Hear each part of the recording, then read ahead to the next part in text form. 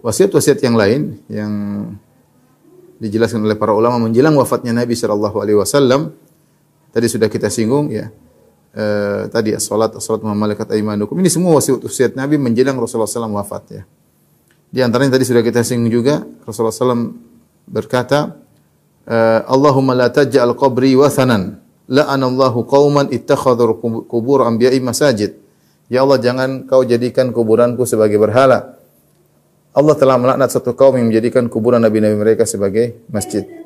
Dalam lafal yang lain, la tattakhidhu qabri idan. Jangan kau jadikan kuburanku sebagai id, yaitu ini sudah kita bahas dalam syarah kitab Tauhid, yaitu dikunjungi dalam waktu tertentu dengan jumlah rame-rame dalam waktu tertentu berulang-ulang ya.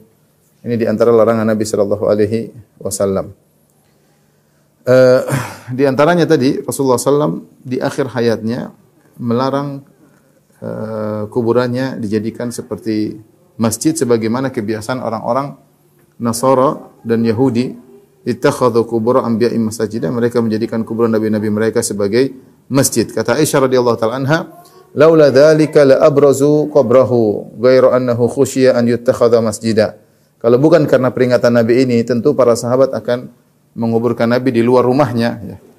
Hanya saja mereka khawatir kalau dikuburkan di luar akan dijadikan tempat ibadah oleh orang-orang. Ya. Jadi ternyata kalau kita perhatikan Rasulullah SAW di akhir hayatnya perhatian masalah kuburan ya. Karena kuburan, pengagungan terhadap kuburan adalah sarana beribadah kepada penghuni kubur. Namun yang sangat menyedihkan seluruh larangan Nabi berkaitan dengan kuburan semuanya dilanggar ya. Rasulullah SAW melarang kuburan ditinggikan, kaum muslimin meninggikan kuburan. Bahkan dibuat kubbah, bahkan dibuat masjid, bahkan dijadikan tempat salat, dijadikan tempat ibadah ya.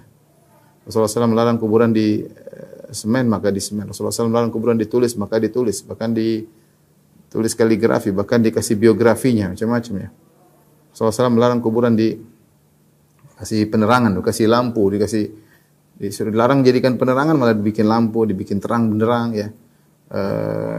Kemudian Rasulullah SAW melarang orang sholat ke arah kuburan, maka bahkan sebagian orang sholat ke arah kuburan, bahkan kuburan ditaruh di kiblat, arah kiblat. Ini semua bentuk-bentuk larangan Nabi yang dilanggar. Dan Rasulullah SAW kita tahu kalau orang sudah mau meninggal, dia pasti akan berwasiat dengan perkara-perkara yang penting. Kalau masalah kuburan tidak penting, kenapa Rasulullah SAW berwasiat menjelang wafatnya? Ya, Rasulullah mengatakan, hati-hati jangan menjadikan kuburan Nabi sebagai masjid. Rasulullah SAW khawatir. Rasulullah SAW ingatkan. Sementara sebagian orang menganggap remeh. Masa ada orang minta kepada penghuni kubur? Maka seakan-akan wasiat Nabi ini hanyalah wasiat yang tidak ada manfaatnya. Silakan kuburan ditinggikan, silakan kuburan dihiasi, terserah bebas-bebasnya. Dan kenyataannya ada orang-orang yang minta kepada penghuni kubur. Dan ini adalah kebiasaan orang-orang Syiah Rafidhah yang diikuti oleh sebagian kaum Sufiyah yang ekstrim.